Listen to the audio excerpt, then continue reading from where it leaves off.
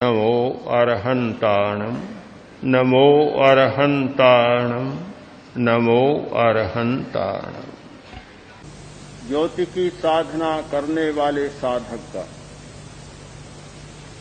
प्रत्येक व्यक्ति चाहता है कि शुद्ध भाव बना रहे, अशुद्ध भाव कोई नहीं चाहता।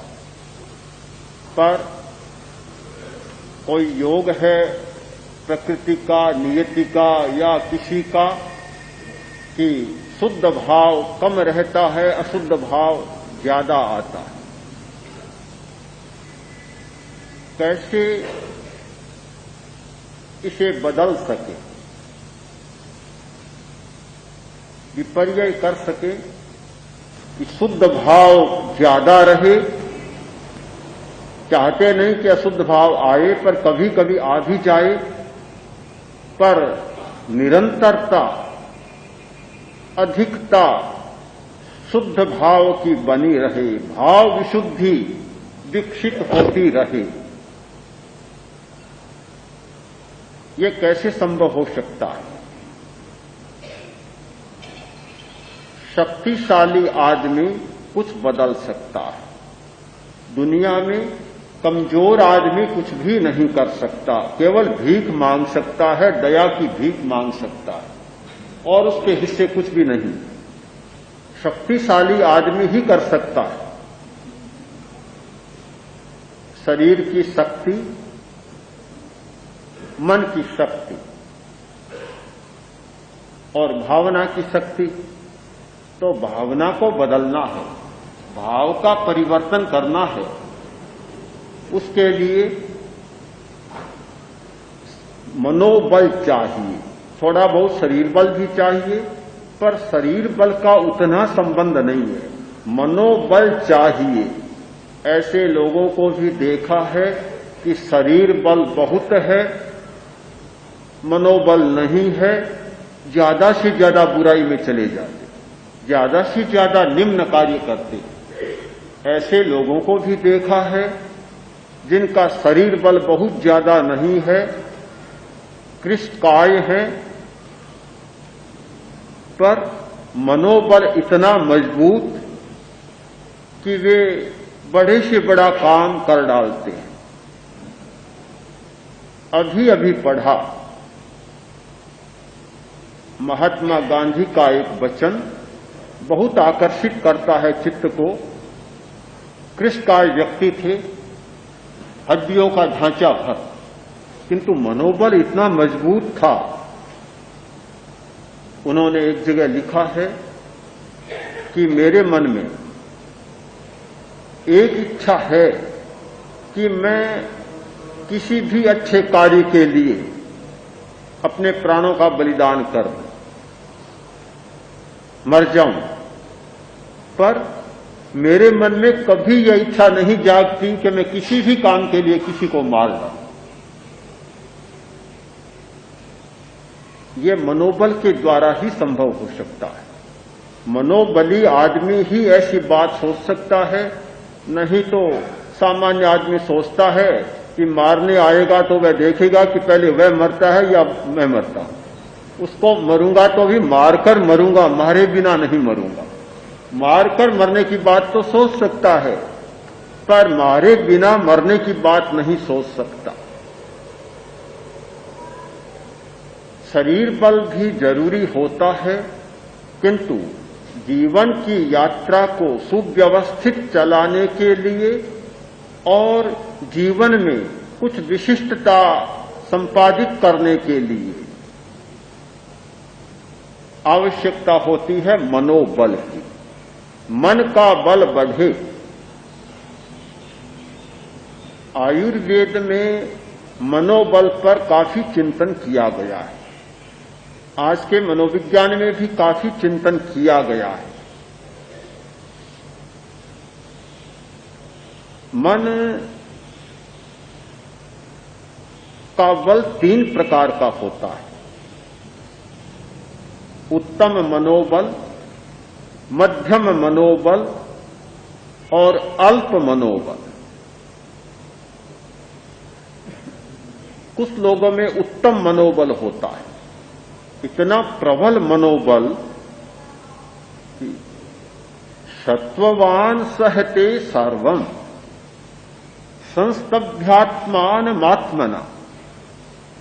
उत्तम मनोबली को सत्वसार कहा जाता है। तो जो सत्वसार होता है वह बहुत सहन कर लेता है, बड़ी से बड़ी घटना को, बड़ी से बड़ी पीड़ा को, बड़ी से बड़ी वेदना को सह लेता है, पता ही नहीं चलने देता, उफ भी नहीं करता।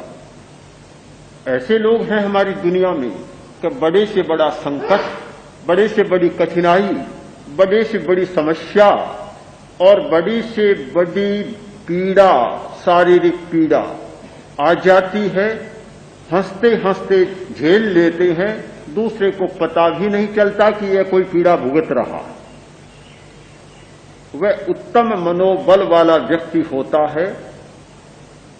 संस्तभ्यात्मान मात्मना, आत्मा के द्वारा आत्मा को इतना संयत कर लेता है कि अपनी वेदना को बाहर फूटने तक नहीं देता।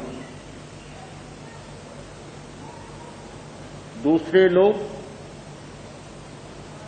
वे मध्यम मन वाले हैं या राजस मन वाले हैं, वे संस्तभ्यतेन्ययी, दूसरों के द्वारा प्रेरित होकर सह लेते, वेदना को सहते हैं, कठिनाइयों को सहते हैं, पर अपना मनोबल इतना मजबूत नहीं होता, खिसक जाते हैं, कठिनाई का अनुभव करते हैं। किंतु दूसरा कोई आया, उसने ढाढ़स बंधाई और बोला, क्या पीछे खिसक रहे हो, थोड़ा मन को मजबूत रखो, कुछ भी नहीं होगा। थोड़ा सा बताया, थोड़ा सा समझाया और तैयार हो गया कि बिल्कुल झेल लूं, और झेल लेता है।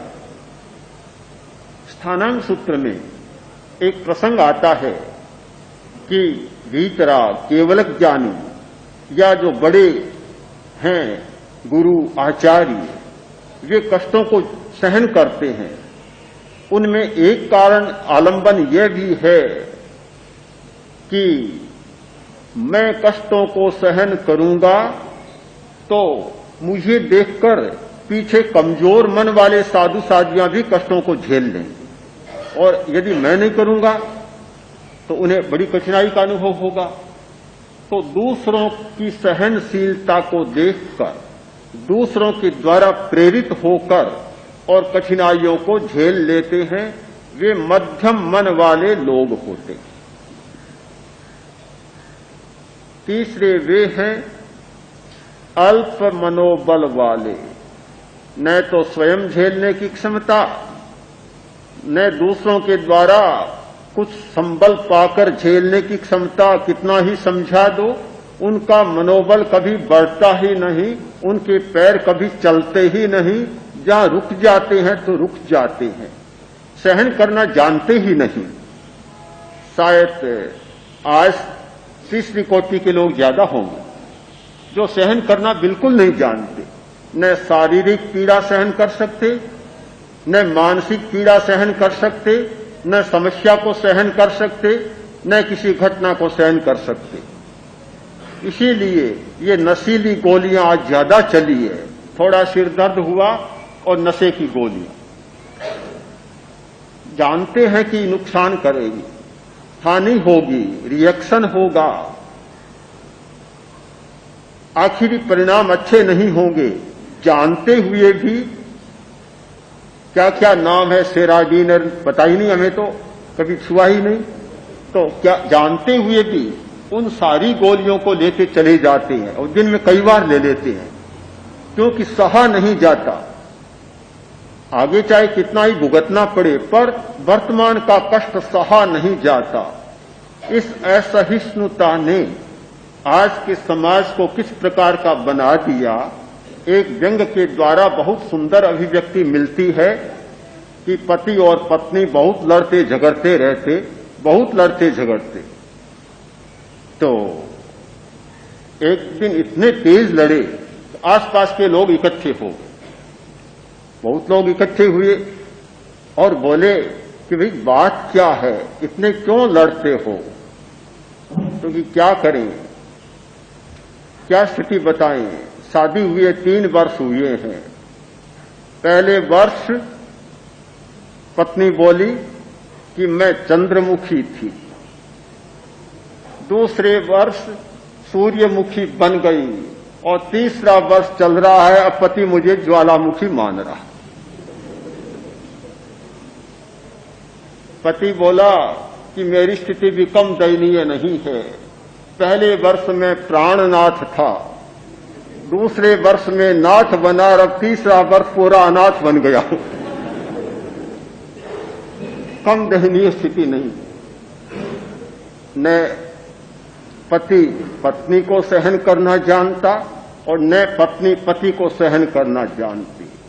अल्प बल वाला व्यक्ति, जिसका मनोबल इतना दुर्बल होता है, इतना कम होता है कि वह किसी को सहन कर ही नहीं सकता। एक क्षण में, जैसे आचार्य भिक्षु ने लिखा कि बाढ़ में से जाने चनो उछलियो, मानो बाढ़ में से कोई चना उछला है। चने भूनने वाले की जो भाड़ है, और भाड़ जब चने गर्म होते हैं तो चने उछलते रहते हैं। कि थोड़ी सी कोई घटना घटी और इतना आपे के बाहर होता है, मानो भाड़ में से कोई चना ऊपर की ओर उछल गया, उछल पड़ता, बिल्कुल उछल पड़ता।